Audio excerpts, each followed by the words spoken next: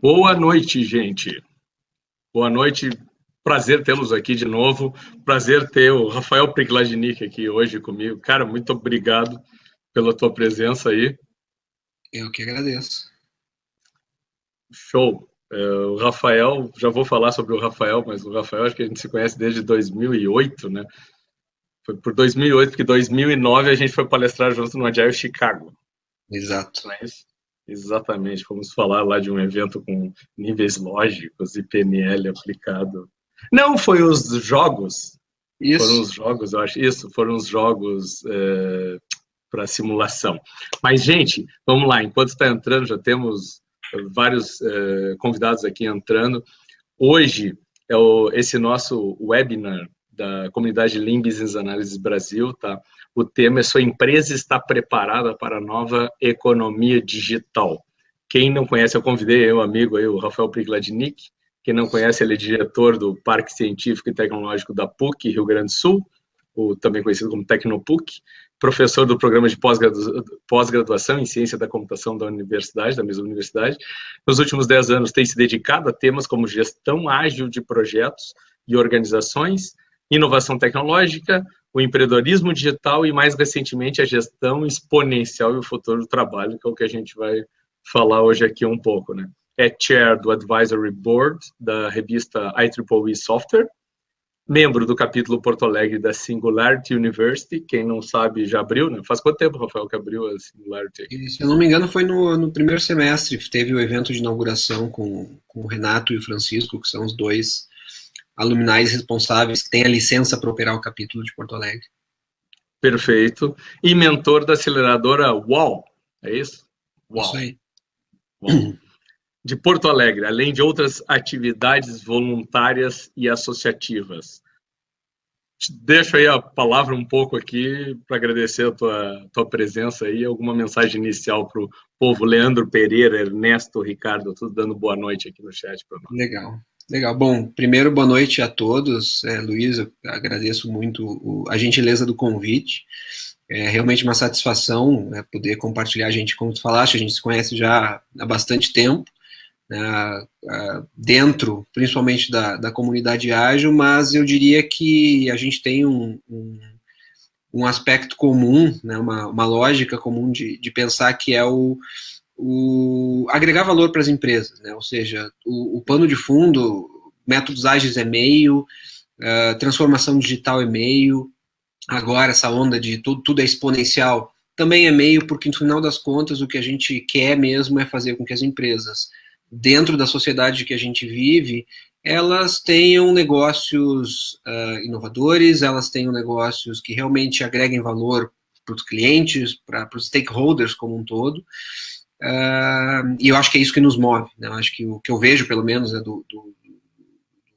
dos anos aí que a gente tem trabalhado e tem convivido, no fundo, tudo isso é meio para algo maior, que é perpetuar as empresas dentro de uma lógica de trabalho conectada com os desafios da sociedade. Então, eu te agradeço bastante. Imagina, eu te agradeço o teu tempo, tá de São Paulo aí, falando do hotel aí, para quem não sabe, era para ele estar aqui comigo aqui hoje, que eu tenho preferido fazer entrevistas, que não é uma entrevista, é um bate-papo. Quem já participou das outras conversas nossas, a Tábada entrou aqui também agora. A Tábada está de carteirinha ali, toda semana participando de todos os nossos webinars, desses debates, porque tem sido interessante, principalmente eu tenho gostado muito de fazer isso aqui, porque não é uma entrevista formal e sim um bate-papo. Eu sempre digo, quando eu convido alguém de tipo, cara, nós vamos conversar como se estivesse num bar, legal quando tá aqui em casa mesmo, porque a gente tá bebendo e conversando aqui, tá? Mas nesse ponto, Rafael, eu queria te pedir para falar um pouco, assim, até para o pessoal que tá vendo agora, e que vai ver depois no canal do YouTube, quem quiser olhar outros vídeos já publicados no Lean Business Analysis Brasil no YouTube, eu queria te perguntar o seguinte, cara, o Tecnopuc cresceu muito. Quantas empresas tem hoje lá dentro? Quantos profissionais trabalham ali? Hoje o Tecnopuc, ele falando um pouquinho então, né, do contexto do parque, eu estou na direção do parque já há 3 anos e meio, né, fecha 4 anos em dezembro. O Tecnopuc é um projeto já de 14 anos de idade, né, faz 15 anos no ano que vem. Ele tem hoje 131 empresas, 131 operações entre empresas, associações, unidades da própria universidade, e são em torno de 19 prédios, 83 mil metros quadrados de área construída e mais ou menos 6.500 pessoas envolvidas, fixas, né, fora o pessoal que circula, fora o pessoal da universidade. É um projeto bastante significativo dentro do contexto ali da região de Porto Alegre, do estado e certamente do país. Pois é um projeto que eu acompanhei, eu acho, lá no passado, assim, eu comecei a ver a formação, mas o que eu ia te fazer a pergunta dele, que eu acho fora de série, principalmente quando a gente começou a trabalhar junto, depois tu não tinha relação ainda com o Tecnopuc, tu era professor do Instituto de Informática, ainda continua, mas depois tu acabou indo para o Tecnopuc, assumindo, né, o Tecnopuc. Deixa eu te fazer a pergunta agora, que é o título do nosso webinar, desse nosso debate, e vou provocar com as empresas do Tecnopuc, porque ali é um par de tecnologia. Essas empresas todas estão preparadas para a nova economia digital, do jeito que tu tem visto, ido lá? Você foi para a Global Summit da Singularity University e estava alucinado lá, postando, fazendo posts no Facebook todo dia, parecia que você e o Pompermayer, eu explodia a cabeça, assim, né, de tanta coisa. Queria que tu falasse um pouco sobre essa experiência e essa questão da gente começar essa discussão sobre essa nova economia. O que é isso, traduzindo para o pessoal que está vendo, assim, para esse mundo de análise de negócios? Porque, para mim, business analysis, quem pratica análise de negócios tem que estar ligado nisso, ouvindo Legal. isso. Bom, então, assim, realmente, a gente vamos começar com o Summit, e aí eu conecto com o Tecnopuc. A gente teve uma experiência, assim, no contexto da Singularity, eu conheço a Singularity desde 2012, mais ou menos. Foi mais ou menos assim. Em 2012 eu fui para um evento em São Francisco, e tinha um amigo meu que estava fazendo um curso, né, e ele dizia, estou fazendo um curso aqui no campus da NASA, um projeto com o Google, e vem aqui passar um dia. Eu fui, é um amigo meu de São Paulo, e eu fui passar um dia lá para ver o que ele estava fazendo, e era o GSP, que é o principal programa de capacitação de treinamento da Singularity, e em 2012, ali por agosto, eu passei um dia lá, aí eu cheguei lá e não sabia, não tinha ainda a dimensão do que era o projeto da Singularity, eu sabia que tinha esse curso. Então, ali foi quando eu conheci. E nesse ano, a gente, na verdade, ao longo dos anos, a Singularity ela se coloca como é o Singularity University, mas ela não é uma universidade formal, né, como outras universidades, e ela se propõe a trabalhar uma formação pensando os principais desafios globais em diferentes áreas e de forma que impactem 1 bilhão de pessoas. Então ela desafia os alunos a pensar em problemas que podem impactar 1 bilhão de pessoas.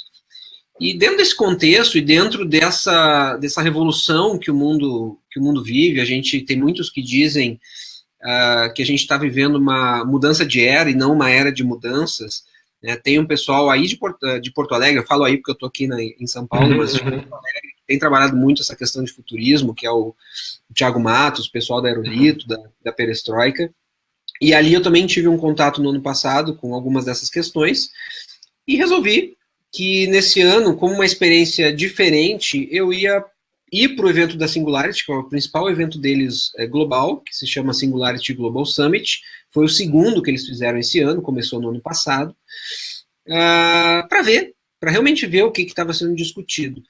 E eu não sou muito de postar, né, conteúdo, realmente não sou muito de postar em redes, mas quando a gente chegou lá, então fomos eu e o Leandro Pompermayer, o Pompermayer é gerente da Rayar ali no Tecnopuc, também professor. É incubadora, né?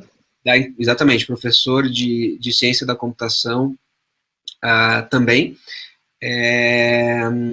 E quando a gente começou a ver todas as discussões que estavam rolando, eram discussões que muitas vezes a gente podia pensar que isso vai demorar para chegar no Brasil, ou é um futuro distante, e são coisas que se discute e se mostra exemplos. Então, desde produção de comida sem matar animais, até discutir o futuro do transporte, e carros autônomos, e carros elétricos, e a questão da medicina, medicina não invasiva.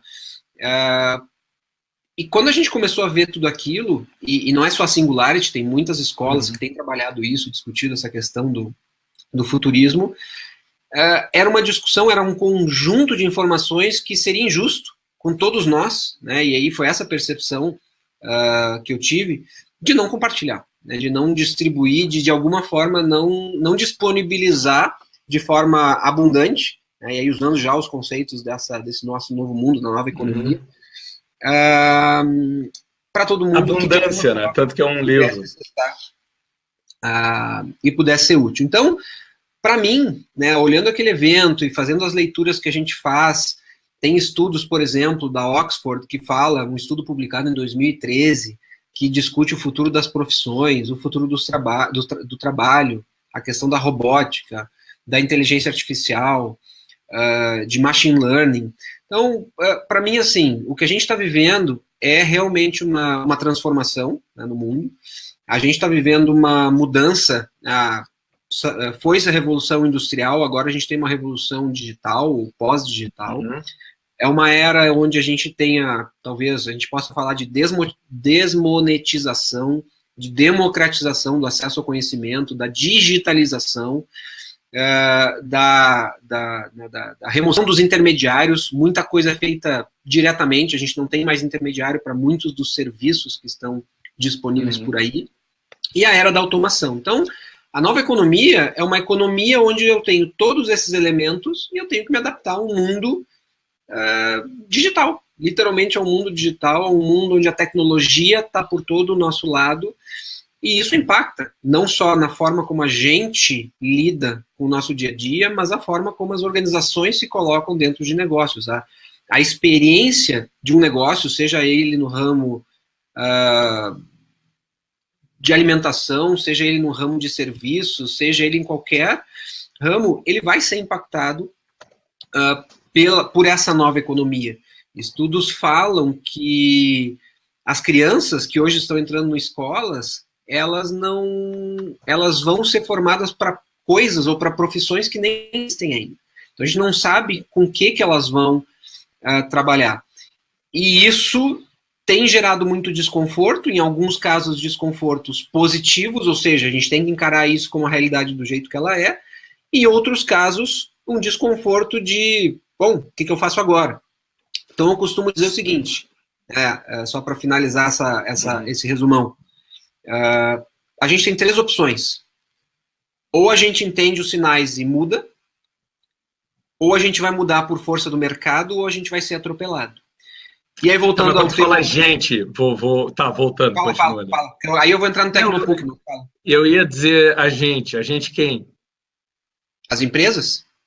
Pois é, mas essas empresas aí, voltando então à questão Tecnopuc, outras empresas, desde exemplo da Tecnopuc, porque são empresas tipicamente de tecnologia que estão ali. Perfeito. Então, esse é o ponto. Estão preparadas? Estão se preparando? Como estão se preparando? Eu acho difícil generalizar. O que eu posso te dizer assim, muitas das empresas que eu convivo ali realmente estão se preparando. Algumas não fazem ideia do que está acontecendo. Algumas mais da metade. Eu não sei se mais da metade, mas eu diria assim, muitas empresas estão pagando para ver o que vai acontecer, ou não sabe muito bem como lidar com isso, ou aquela ideia de que isso está longe, Uber é futuro, essas coisas vão chegar daqui a um tempo, eu não tenho que me preocupar com isso. Eu acho que é uma parcela significativa de empresas que não entendeu ainda o que está acontecendo no mundo. As universidades, por exemplo, todos os desafios da educação, o ensino que a gente tem hoje é um ensino que foi montado na era industrial, a gente precisa reinventar o ensino para a era digital, para essa nova economia. E eu vejo muita dificuldade, muitas vezes, das empresas lidarem com isso por um aspecto de entender o seu cliente, entender o negócio onde elas estão, mas também pela forma como as pessoas estão se colocando, pela forma como as pessoas estão mudando ou se adaptando a esses novos desafios. Porque é um mundo mais aberto, mais colaborativo, é um mundo mais transparente e parte das pessoas não estão preparadas para isso. Pois é, aí eu ia te falar o seguinte, as pessoas não estão preparadas para isso e eu já tenho acompanhado um bocado de sofrimento, não somente no nível operacional, eu vou usar um velho termo de pirâmide organizacional, mas é engraçado, ele ainda continua existindo, né? Aquele, o nível da operação, um nível, e eu não vou dizer da gestão, porque a gestão a própria, no mundo de métodos ágeis, a gente já sabe, a gente prega o self-organizing team, a gente prega a autogestão. Então, a operação pode assumir sua própria gestão. Então, essa pirâmide não é bem operação, gestão, e também não tático, estratégico, não é mais isso. Concorda comigo nesse ponto? Concordo. Quando começa a falar disso, então, a última versão da extensão ágil do Babok, tá? A Agile Extension to the Business Analysis Board of Knowledge, lá o Corpo do Conhecimento da Análise de Negócio, ela já começa a falar assim, ó, eu tenho uma visão de curto prazo de execução, só que, óbvio, continua indo mindset software, falando em delivery, a minha visão de curto prazo de delivery, a de médio prazo de iniciativas ou projetos, programas, iniciativas que seja, e a de longo prazo de estratégia. É engraçado isso, eu participei da concepção e da construção do primeiro extensão ágil. A gente não estava pensando em pirâmide, a gente está pensando em fluxo, está pensando em vir a longo prazo. Por que eu estou te falando isso? Porque eu estou vendo hoje, Rafael, um ponto que eu queria ver a tua opinião sobre isso. Quando eu palestro, eu digo assim, gente, o modelo de gestão do século XXI, que fez vingar tudo isso e está por trás que a gente começa a olhar e não acha nenhuma novidade, é uma gestão ágil. Não sei se tu concorda com esse ponto. O discurso é ágil. O discurso é redução de lead time, é colaboração, disrupção, quebrar com o status quo, tirar os feudos. É um discurso ágil. Foco muito em produto, experiência, propósito. Então, esse é um primeiro ponto. E aí vem assim, cara, quando a gente fala em empresas, muitas empresas não viram ainda, são os gestores. São os gestores. Então, é a academia, são os consultores, quem é que vai estar dizendo assim, ó, gestores? Cara, o mundo não só está mudando, mas já mudou. Quanto tempo você vai levar para se dar conta que mudou? A forma como a gente faz gestão de negócios, que nem tu deu exemplo, é conectando o fornecedor com a parte interessada direto. Não é mais tendo o cara no meio, o proxy ali, o atravessador no meio. É mexendo na forma como os produtos são concebidos. Olha o Lean Startup, o que fez. Muitos já me disseram, mas é método científico, não tem nada de novo. Tá, mas olha o que se tornou a força que veio esse conceito mental do Customer Development com ágil.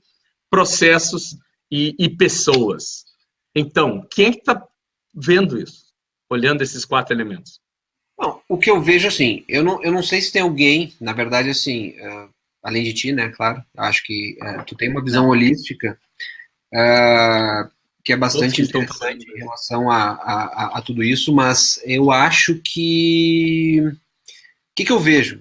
A gente convive com a visão, né, com a importância, com os conceitos ágeis já há bastante tempo. O que eu vejo é que quando a gente começou a trabalhar com métodos ágeis, meu primeiro treinamento de métodos ágeis foi lá em 2009. E a gente tinha basicamente a motivação das pessoas para fazerem o treinamento era curiosidade. Era, eu quero aprender sobre um método diferente que me parece que pode ser interessante. E ainda assim eu tinha desconfiança por parte das organizações. O que eu vejo hoje?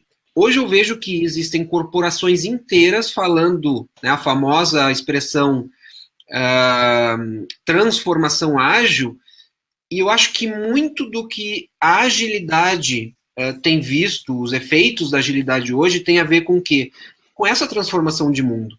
Como o mundo fica mais flat, fica mais aberto, mais transparente, eu converso, eu estou em São Paulo, tu está em Porto Alegre, a gente está fazendo uma transmissão ao vivo, uma qualidade muito boa.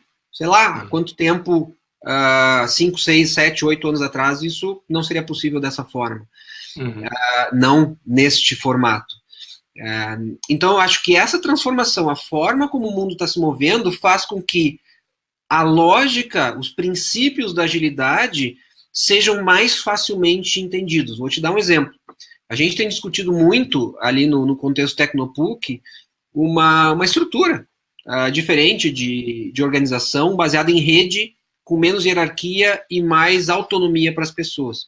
Uhum. E a palavra-chave para isso funcionar, ou a expressão-chave é autonomia com alinhamento, ou seja, as pessoas têm que ser capazes de alinhar, de ser empoderadas, e não é porque é agilidade, é porque o mundo está pedindo isso. Então, e para mim é um caminho sem volta. A gente não tem como trabalhar uma transformação para os desafios da atual sociedade se a gente não pensar pessoas, projetos, processos, estratégia, se a gente não pensar todos os níveis de uma forma sistêmica. Uma coisa que eu gosto muito, na verdade, um livro que eu gosto muito, se o pessoal que estiver assistindo aí quiser, que eu li recentemente, não sei se vocês conhecem, é um livro chamado The Light and Fast Organization. É um livro escrito por um cara chamado Patrick Hollingworth. E ele é um livro que tem como subtítulo, né, eu vou traduzir, Um Novo Caminho para Lidar com a Incerteza.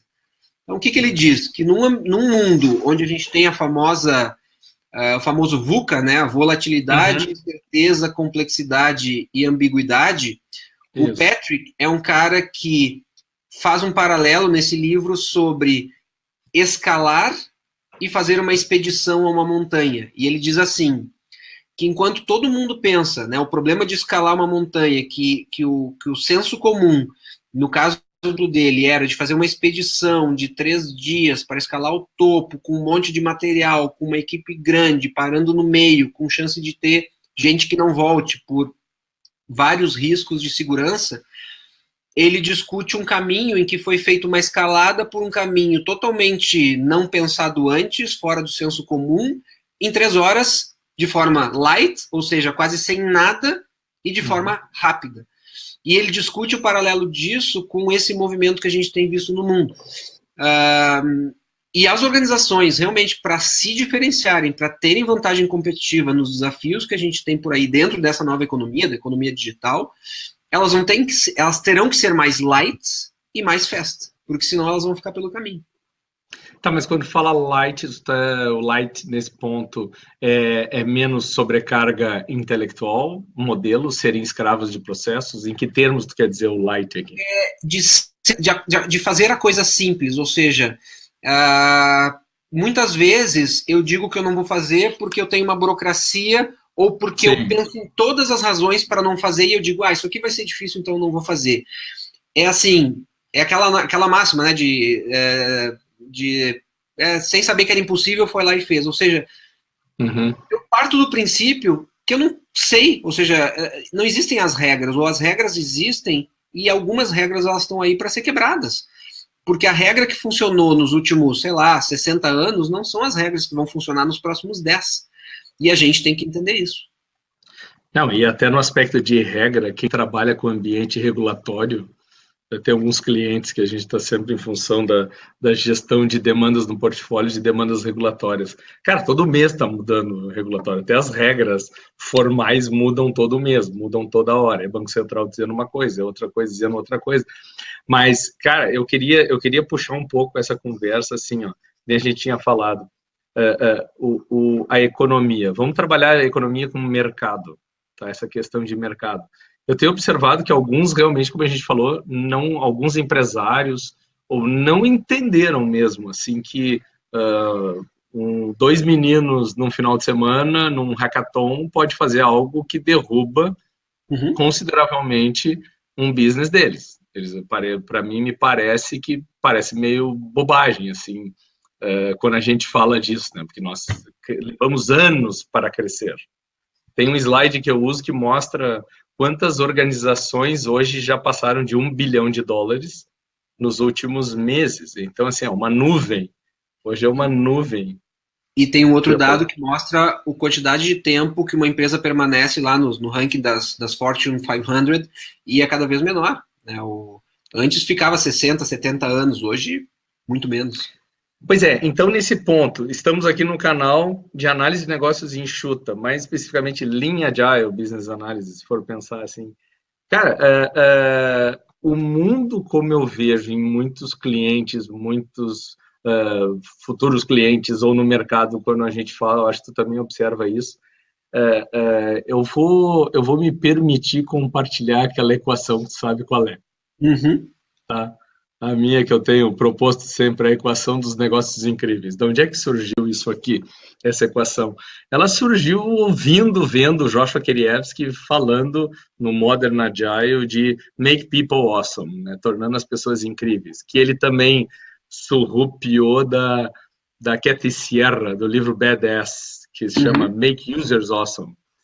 E aqui, cara, eu queria mostrar isso aqui porque a gente ficou discutindo e analisando isso há um tempo. E a gente chega, são essas 5 variáveis hoje que eu enxergo que estão em jogo. E aí a gente vê direitinho quando esses gestores, os empresários não estão botando o olho nisso. Cara, se tu está falando em negócios exponenciais, eu estou falando de resultados exponenciais, não necessariamente dinheiro, mas é algum resultado que cresça exponencialmente. Concorda comigo? Não é o número de pessoas que cresce exponencialmente. Não. Esse é o primeiro ponto de negócios exponenciais, ou seja, somos anti-estrutura, estruturas inchadas, estruturas grandes, e aí é engraçado, porque a gente vê o próprio, não quero entrar em questões governo, política, mas a gente vê essa questão de reforma trabalhista e tudo, e o povo, não, vamos acabar com isso e tal, e a gente está falando aqui de automação de um monte de postos de trabalho, modelos de negócio altamente automatizados, funções, que nem eu estou preparando, quinta-feira eu estou dando um treinamento, eu estou revisando uma parte de gestão de projetos. E a última versão do PMBOK eu continuo ainda, por mais ter incorporado ágil e tudo, ainda o início é tão, o gerente de projeto é o todo poderoso, tu que é um cara que escreveu um livro sobre gerenciamento de projetos. Será que esse mundo do o gerente de projetos, o analista de negócios, cai? Não são competências disseminadas entre o time? O make people awesome aqui, ó, pessoas incríveis com tecnologias incríveis. Eu não transformo essas pessoas incríveis tirando guardando só para mim o conhecimento de uma coisa que na realidade deveria ser disseminada para todo o time, gerenciamento de projetos, análise de negócios e por aí vai. Eu vou responder pegar aquela parte que tu fala das competências. Claramente, eu não acredito que a gente vai ter analistas de negócios e gerentes de projetos da forma como a gente tem hoje. Isso vai ser cada vez mais. O que eu acho é que, sim, a gente vai continuar tendo a necessidade de trabalhar gestão. Sim, eu acho que a gente vai ter cada vez mais necessidade de pensar análise de negócio de uma forma sistêmica, de uma forma, do ponto de vista de estratégia. Eu falo, tu conhece essa minha fala, e não é porque a gente está nesse canal. Toda vez que eu tenho oportunidade, eu estou num contexto, seja de treinamento de métodos ágeis, seja em outro contexto, eu realmente acredito... Você como gestor, tu é diretor de um parque tecnológico, tem 6 mil pessoas. Como uma das maiores deficiências que a gente tem, na minha opinião, na formação de um profissional na área de tecnologia, é a capacidade de entender um problema. A capacidade de entender um problema sob o ponto de vista de negócio.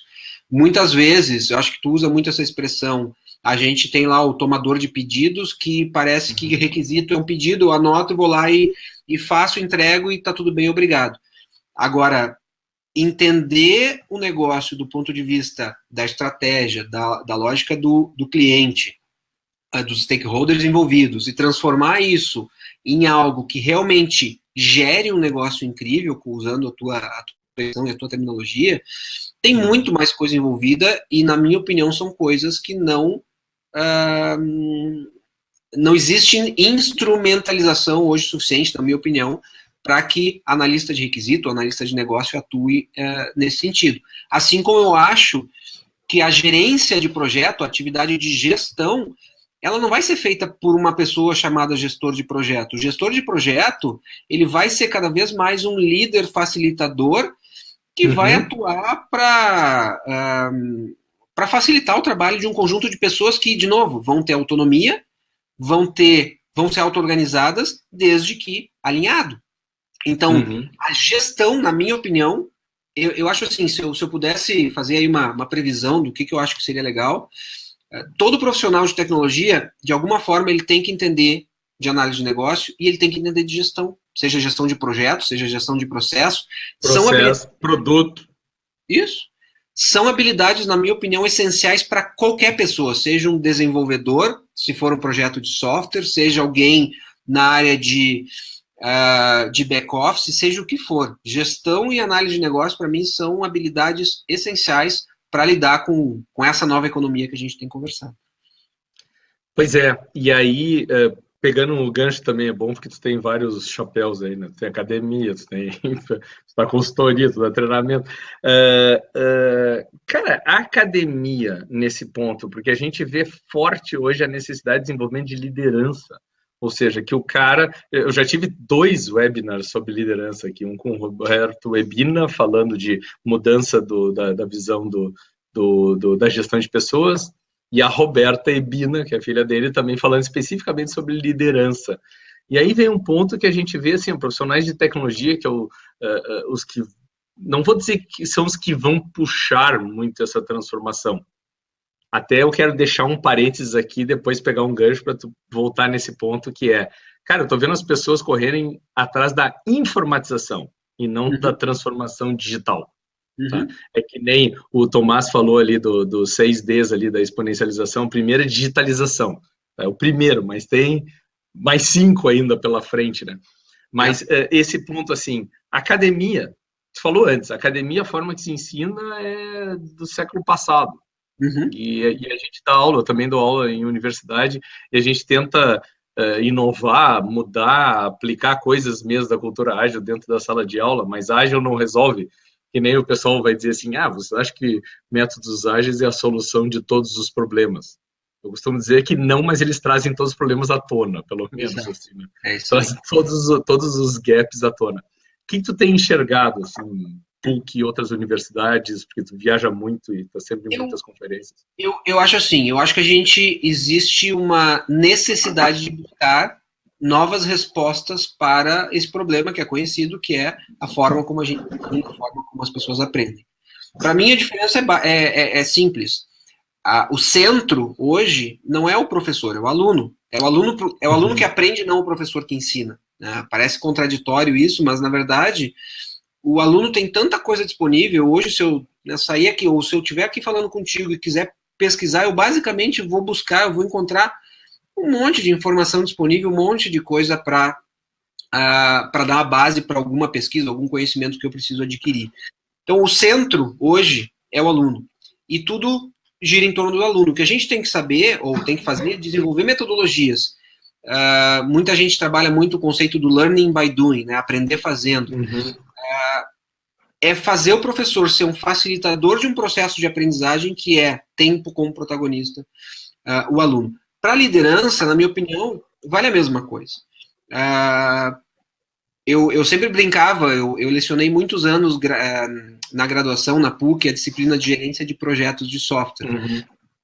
E eu sempre perguntava para os alunos, né, eu diria, ou os alunos me diziam, professor, como é que eu me torno um gerente de projeto? Porque eu tenho que ter experiência para ser gerente de projeto, mas para ser gerente de projeto eu tenho que ter experiência e não existe estágio em gerência de projeto, como é que eu resolvo essa equação? Então, o método de ensino claramente tem que propiciar esse tipo de experiência para que as pessoas saibam ou tenham elementos suficientes para chegar no mercado e lidar com esses desafios. Liderança, para mim, é a mesma coisa. E aí, fazendo um paralelo com o Global Summit, um dos posts, né, aqueles posts que viralizaram, até vou botar o link aqui depois vou botar o link agora do resumo só vou botar aqui no chat para o pessoal dar uma olhada depois. Nesse Global Summit, teve uma palestra muito legal sobre liderança exponencial.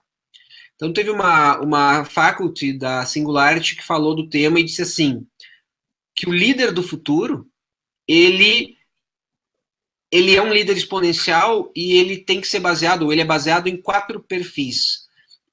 Um líder exponencial tem que ser capaz de enfrentar as exigências dessa nova era, vamos dizer assim, e de alguma forma ele tem que se alinhar a 4 perfis.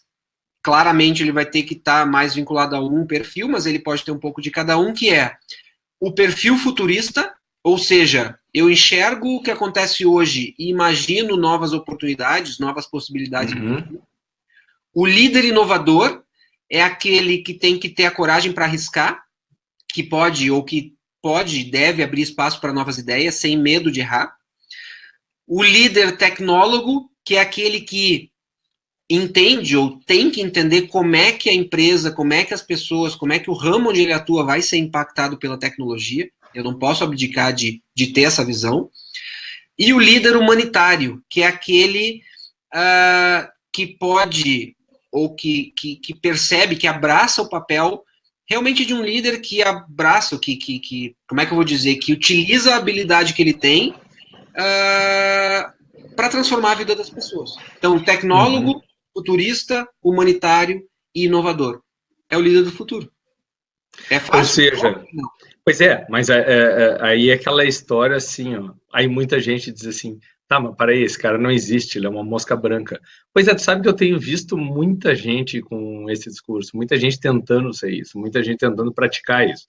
Porque quando tu fala humanista, tu está falando de prática de empatia, né?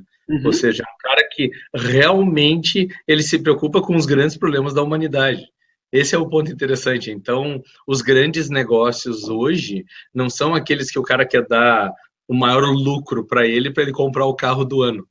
Tanto que comprar carro do ano já é uma coisa meio retrógrada.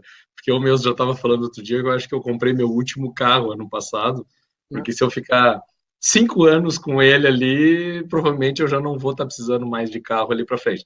Então, esse tipo de coisa do empatia, ter essa empatia com os grandes problemas da humanidade, que eu acho que eu vejo muito a Singularity tratando disso, né? O impactar 1 bilhão de pessoas não é jogando joguinho, até pode ser, mas não é. Impactar os grandes problemas da humanidade. Eu tô lendo aqui a pergunta que o Tomás, não sei se é Thomas ou Tomás, que o Tomás fez, que acho que complementa isso que a gente está conversando, de se a questão, como é que a questão da criatividade, da capacidade de divergência para identificar soluções de liderança e lideranças nas empresas. Até legal ler inteiro, porque depois no YouTube não aparece ali. Ó. Legal. Acho que o que falta são habilidades de criatividade e capacidade de divergência para identificar soluções e liderança nas empresas? Respondendo essa primeira, o que tu acha? Eu acho que sim. Não só isso, eu acho que a falta de criatividade, ou seja, aprender a ser criativo é um aspecto importante. Fazendo um parênteses, a gente tem, desde 2011, no Tecnopuc, um espaço chamado CriaLab, que é o Laboratório de Criatividades, que é um laboratório para formar, para desenvolver a capacidade, o processo criativo dos indivíduos. A capacidade de divergência ou de lidar com o contraditório também. Eu digo sempre, costumo dizer sempre, aprender a técnica é fácil, não é que é fácil, aprender a técnica é o mínimo necessário para qualquer pessoa. O que nos diferencia não é a técnica que eu aprendi, mas é a nossa capacidade de lidar com o contraditório, de lidar com o imprevisto, de criar, de fazer algo não esperado ou algo imprevisível. Ou algo, usando a tua terminologia, algo incrível. É isso que nos diferencia no final das contas. Que não é nem mais a resiliência, né? O Taleb fala do antifrágil, né? Mas voltando um pouco aqui que tu falaste, eu quero terminar a frase do Tomás ali. Olha só, tu falaste no humanitário, eu botei a questão da empatia, começando pela empatia para com os grandes problemas da humanidade. Segundo ponto, tu falaste, eu traduzi como visionário. Esse futurista é meio um visionário, é isso? Isso. Quando tu fala o futurista. O segundo que tu tinha dito, qual era? Futurista, tecnólogo, humanitário e inovador. E o inovador, exatamente. Então, essa questão do inovador é o quebrar com o status quo, né? A palavra disruptivo ficou já chata hoje, mas é esse ponto do quebrar com o status quo, é ver diferente, é olhar de outro ângulo, né? Então, quem tem essa questão de visão holística, cara, eu posso olhar de diversas formas. Outro dia eu ouvi uma frase que era assim, vocês têm que pensar fora da caixa. Tá, talvez pense dentro da caixa de outros, ou seja, use um modelo de gestão comercial aplicado na gestão de tecnologia ou vice-versa, nem quando eu apliquei Scrum em área comercial, deu um baita resultado. Agora, quando tu entrou na tecnologia, para mim é o doer, é o fazer. É o fazer. E aí vem um ponto, voltando ao comentário do Tomás ali. Parece que, não, que só se investe em certificações e buscam por processos com caixinhas para serem seguidas. E ele fala que vejo isso como um perigo no VUCA. O que tu acha disso?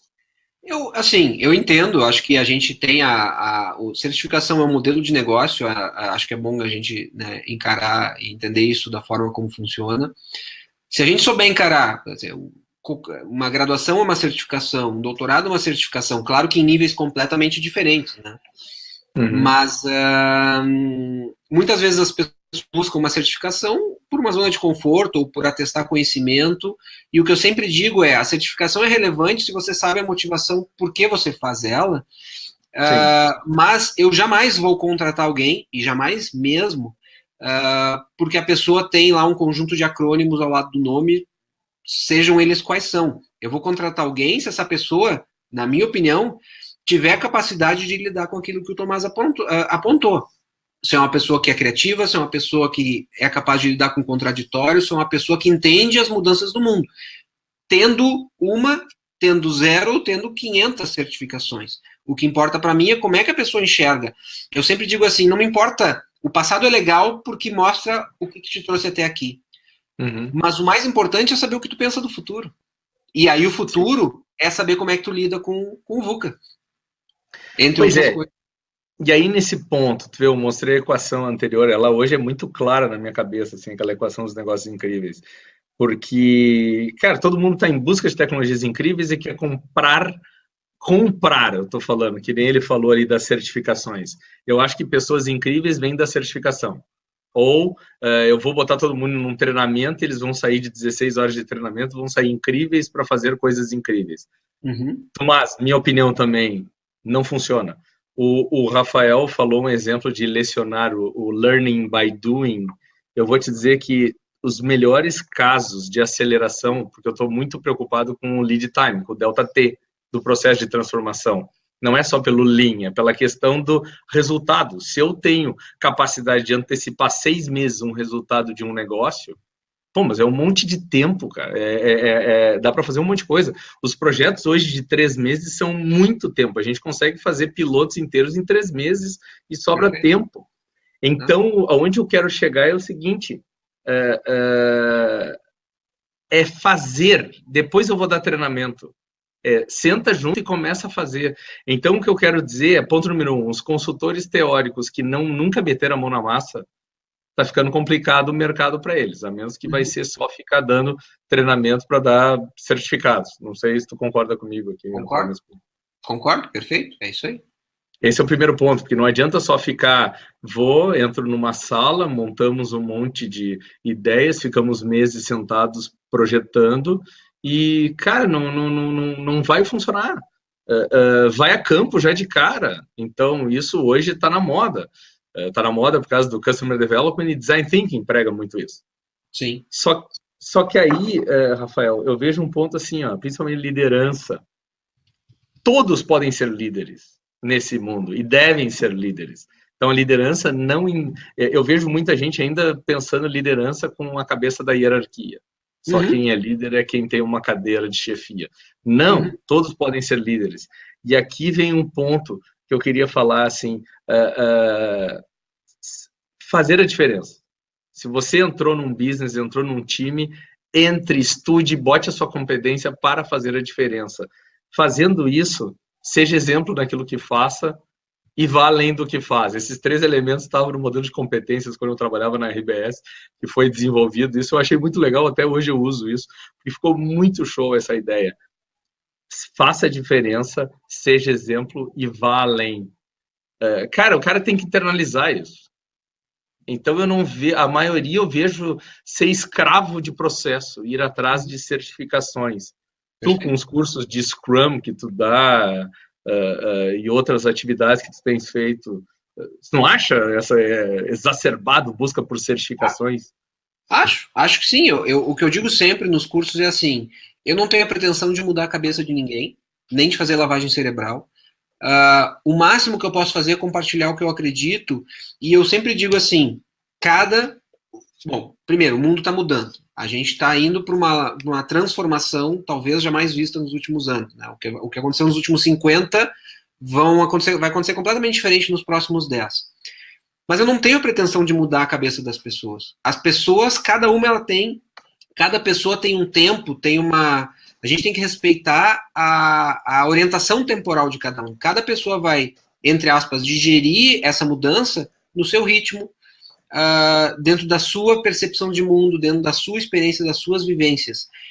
E aí, conectando isso porque eu acho que tem tudo a ver com isso, que é a pergunta aqui do Leandro, que ele pergunta se a gente entende que os gestores estão preparados para criar ambientes seguros para inovação, com ambientes baseados em teste e aprendizado, onde não exista punição por erro, se isso é um tema vigente entre os gestores. E aí eu te diria assim, Leandro, acho que, primeiro, obrigado pela pergunta, acho que vem bem a calhar. Eu acho que, em via de regra, os gestores têm o mesmo tipo de receio que tem qualquer pessoa da equipe, que busca certificação. Principalmente gestores de nível médio, nessa onda do light and fast, de reduzir os níveis intermediários, os gestores de nível médio têm, na verdade, um receio de perder poder. E é absolutamente natural que isso aconteça. Por ver o que será que esses gestores vão fazer. Agora, sim, eu vejo alguns casos de gestores criando ambientes seguros para inovação. Eu sempre conto casos de gestores me descrevendo processos, como é que eles incentivam as pessoas das equipes deles a errarem. Ou seja, deixar a pessoa tomar a decisão de forma autônoma, sabendo que a pessoa vai errar, para depois chamar a pessoa e discutir com ela por que ela errou, desde, claro, que o erro não comprometa o negócio. Eu não acho que isso é senso comum, eu não acho que isso está escalado para todos os gestores, todas as empresas. Eu acho que é um processo que está começando e demanda muita maturidade, demanda muita disciplina. Essa é a minha visão. Tu acredita que, nesse contexto ainda,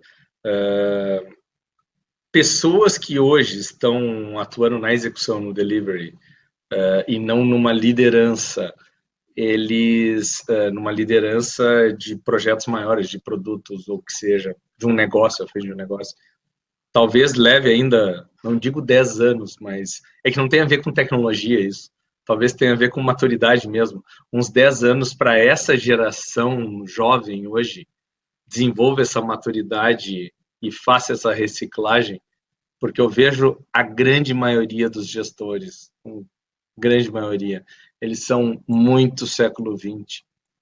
A dificuldade se fala em delegar, mas a dificuldade de permitir que o time tome decisões, de permitir que o time participe da estratégia. Contrata mentes brilhantes, mas tu não quer ouvi-las. Se tu me perguntar se eu acho que isso está entranhado nas empresas, eu vou te dizer que não está. Justamente por isso que tu falou. Se tu me perguntar se eu acho que isso não tem volta, eu vou dizer não tem volta, é uma questão de tempo. Ou, por isso, aquela frase que eu usei, ou aquela expressão que eu usei para as empresas, ou você muda porque tudo está mudando e você tem convicção de que tem que fazer diferente, ou você muda por pressão do mercado, ou você muda, ou você vai ser atropelado por ele. Isso serve para as empresas, na minha opinião, e serve para as pessoas. Então, ou a gente entende que o mundo mudou e que a gente precisa se comportar de um jeito diferente nesse mundo incerto, ambíguo, volátil, um mundo mais aberto, mais transparente, ou a gente vai ser atropelado e vai ficar para trás. Há uma semana aqui em São Paulo, eu fui num evento da Startse, né, que é uma plataforma de conexão de startups, que eles fizeram uma conferência para discutir a experiência, né, de trazer um pouco do espírito do Vale do Silício para o Brasil. E ali eu fiz um resumo também similar ao que eu fiz do Summit da Singularity, e uma frasezinha que eu me lembro que eu coloquei foi assim: no mundo dinâmico, o conservador é ser agressivo. Então não adianta a gente ficar esperando. Se a gente ficar esperando, a gente vai ser atropelado, porque todo mundo que está sendo conservador, no fundo, está sendo agressivo porque não sabe muito bem lidar com o que está acontecendo que precisa dar resposta de alguma forma, sob pena de perder pessoas incríveis, de perder negócios incríveis, de perder resultados incríveis. Agora eu adotei o incrível aí. Agora tu adotaste o incrível também, que não é meu, tá? A gente vai pegando um, vai pegando o outro. Mas é legal, mas faz sentido. Eu comecei a dar uma. Outro dia eu estava palestrando numa empresa e eu perguntei assim: vocês acham que falar de pessoas incríveis é balela? Aí algumas pessoas levantaram a mão: sim, isso aí é balela. Eu disse assim: mas vocês já viram algum negócio incrível, gerando resultados incríveis, ser feito de pessoas medíocres? Ou pessoas meia-boca? Ou seja, não rola. Não rola. Então, esse é o ponto, assim, e isso eu acho legal nesse ponto, principalmente na organizações exponenciais, quando coloca toda organização exponencial tem um propósito transformador massivo. Eu acho que essa questão, até puxando um pouco, assim, estão falando muito nesse ponto, nessa questão de mindfulness, levar a meditação para as empresas e coisas do tipo, coisas do tipo é engraçado, né? Coisas do tipo é contemplação, meditação. Eu tenho feito muita analogia, já que estão falando de meditação, com as 4 verdades budistas. Se alguém já me viu falando sobre isso, as 4 nobres verdades budistas, não querendo pregar budismo, mas é falar, Siddhartha Gautama foi o primeiro coach da humanidade há 2.500 anos, porque ele para e diz que, cara, há sofrimento no ser humano, e a gente está vendo que há sofrimento no mundo empresarial. A tradução direta é: há sofrimento, seja nos clientes, nos colaboradores, nos fornecedores, nos acionistas, em algum lugar ou em todos há sofrimento. Então esse é o primeiro ponto, que não tem nenhuma novidade também, porque em 2001 o Jim Collins já falava em brutal facts, traga a realidade nua e crua para a mesa. Cara, se a empresa está perdendo dinheiro, os acionistas estão infelizes, os gestores da camada média, essa que tu disseste, os caras estão perdidos, cara, eles não sabem o que vai acontecer, para onde eles têm que ir, o que eles têm que se aprimorar. Tá? A questão de carreira, eu estou vendo um monte de gente sofrendo mesmo, profissionais técnicos. Então há sofrimento. Existem causas para o sofrimento, que era o que ele dizia. E essas causas tu está falando aqui, ou seja, cara, a tecnologia está acelerando assim, ó, muito exponencialmente. E os modelos de negócio também. Só que aqui vem um ponto que, vê se tu concorda comigo, tá todo mundo falando no mercado aí, palestras e tudo, sobre essa transformação, sobre o sofrimento, sobre as causas e sobre o nirvana, que é a terceira nobre verdade, que é a alma iluminação, ao cessar do sofrimento. A pergunta que eu coloco aqui é: o caminho para cessar o sofrimento é que fica nebuloso para muitos. O que eu tenho pregado é, cara, comece simples, keep it simple por ágil, porque quem acompanhou métodos ágeis já há 15 anos, que a gente já está há muito tempo desde lá e ainda antes disso, mas antes de se falar ágil, cara, a gente vê que a fonte que eu estou vendo que está dando solidez e está dando norte para uma transformação da gestão vem dessa fonte chamada métodos ágeis, uma cultura ágil. Então, eu tenho recomendado isso. Beba nessa fonte que tu vai saber onde pisar. Eu não sei, até estamos indo quase para os minutos finais. Eu queria, ainda tem 7 minutos, mas eu queria passar para ti, passou voando esse papo aqui mesmo. Então, eu queria passar para ti esse ponto, até dessas 4 verdades aqui, do tipo, o sofrimento há e o pessoal está vendo. As causas estão explícitas. As causas estão explícitas. Até o PMI, quando publicou um estudo lá sobre Organizational Agility, tá lá também, tá tudo claro, escrito. O nirvana que eu tô vendo é esse discurso do crescimento exponencial das exponenciais. E o caminho? O caminho. Para a gente fechar assim, qual a tua visão de caminho? Tu já falou de liderança? Eu acho assim, eu acredito muito que a gente não pode desvalorizar a importância que tem as pessoas nesse processo. Pegando mais 2 frases, né, de coisas que eu falei desses eventos que eu participei, falar assim: a gente não constrói uma empresa, a gente constrói uma equipe e a equipe constrói a empresa. Então, eu acho que tem uma dimensão que é essa questão da importância das pessoas. E a segunda coisa que eu acho que que para mim faz toda a diferença, e é uma frase que, na verdade, teve um dos cursos de Scrum que eu ministrei recentemente, e a gente começou a falar dessa mudança de mundo, e a questão da função, e certificação, e gerente de projeto, e não vai ter mais, e vai ter gestão, e como é que algumas perguntas aqui no chat foram feitas nesse sentido, e a gente chegou à seguinte conclusão: no mundo atual, nesse mundo dessa nova economia, do mundo mais aberto, mais colaborativo, eu não vou exercer poder pela função, pelo cargo que eu tenho. Eu passo a exercer poder pela reputação que eu crio, pela forma como as pessoas me veem e pela forma como eu crio essa reputação perante a sociedade, perante a minha empresa, perante os meus pares. Então, para mim, o caminho passa pela reputação, pela formação das pessoas para lidar com o contraditório, e para fazer com que todo mundo, de alguma forma, desenvolva habilidades para pensar de forma sistêmica. Ou seja, porque eu sou um desenvolvedor, eu tenho sim que entender de negócio. Eu não sou um analista de negócio e eu não vou ter mais aquilo, eu fiz a minha parte e jogo para frente, agora o outro que se vire para fazer.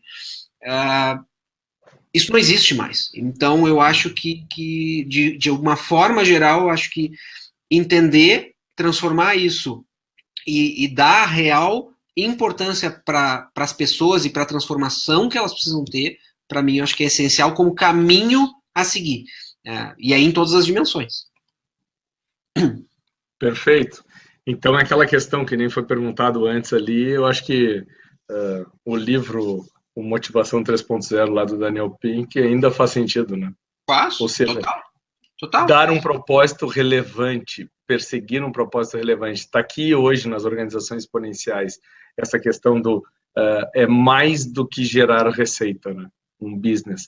É esse ponto, assim, é transformar mesmo a sociedade, impactar, como diz a Singularity, 1 bilhão de pessoas, né? Isso. E assim, é a questão da escassez versus abundância. A gente está aqui compartilhando conhecimento, a gente poderia estar usando esse conhecimento para algo proprietário, para algo nosso, e a gente está fazendo, ou seja, uma lógica de escassez.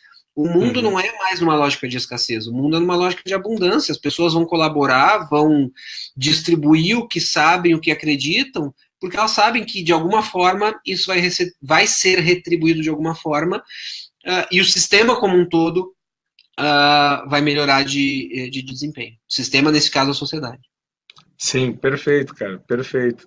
E aí, gente, eu queria já ir encaminhando, nós temos 2 minutos aqui, então vou fazer os avisos finais. Antes, Rafael, cara, muito obrigado pelo teu tempo. Acho que voou mesmo aqui. Voou? Não, eu te agradeço. Foi uma conversa. Eu achei, quando eu olhei o relógio, eu achei que tinha passado 20 minutos, já foram 57. Então, realmente agradeço. Espero que o pessoal possa ter aproveitado. Para mim foi um prazer. Pô, muito obrigado. Espero que o pessoal aí tenha curtido aí, quem estava conosco online, tá? É legal essa questão do participar, colocando perguntas, comentários, pelo menos vai dando essa condução à nossa conversa, tá? Obrigado, Leandro, ali falando, tá? Gente, eu queria só dar alguns recados finais, assim. O webinar da semana passada com o Rio dos Santos deve sair essa semana agora também, eu devo publicar, que a gente falou sobre business case, estávamos falando sobre essa estrutura tradicional versus mais enxuta, ágil, e eu queria fazer um aviso aqui, semana que vem ainda é uma incógnita, tá? Porque tinha um convidado, mas no fim eu tive que cancelar por questões de agenda, então provavelmente vai ter um outro aqui que eu prefiro ainda não falar, para se ele confirmar eu anuncio o que vai ser, mas quem está confirmado no dia 31 de outubro, que vai ser muito legal, vai ser mais cedo, vai ser às 7 da noite, não às 8, tá? Vai ser o Shane Hastie, nós vamos fazer a discussão toda, a conversa vai ser em inglês, então o pessoal vai poder fazer perguntas em português, mas nós vamos conduzir toda ela em inglês, e o Shane hoje ele é diretor de educação do International Consortium of Agile, tá, que é o IC Agile, e nós vamos discutir sobre isso, ou seja, a estrutura toda da formação do IC Agile, como está estruturado, por que se acredita naquilo, tem uma certificação, tá? Que perguntaram antes, o Tomás falou das certificações, tem uma certificação na IC Agile, mas na realidade é um programa Esse eu acho interessante, é um programa quase que acadêmico, eu vejo, assim, eu acho interessante. E a gente vai falar sobre o conteúdo voltado para análise de negócios. Tem value management, tem business agility, tem várias coisas interessantes ali. Enterprise coaching, não sei o quanto que o Rafael se envolveu com esse modelo, mas... Eu me envolvi algumas vezes e, assim, a conversa com o Shane é imperdível. Recomendo aí todo mundo a participar. Conheço ele e recomendo bastante. Shane é fora de série. Cara, muito obrigado. Valeu. Boa noite a todos aí, tá? Boa noite. Até a próxima. Valeu, obrigado. Boa estada aí, Rafael. Tchau.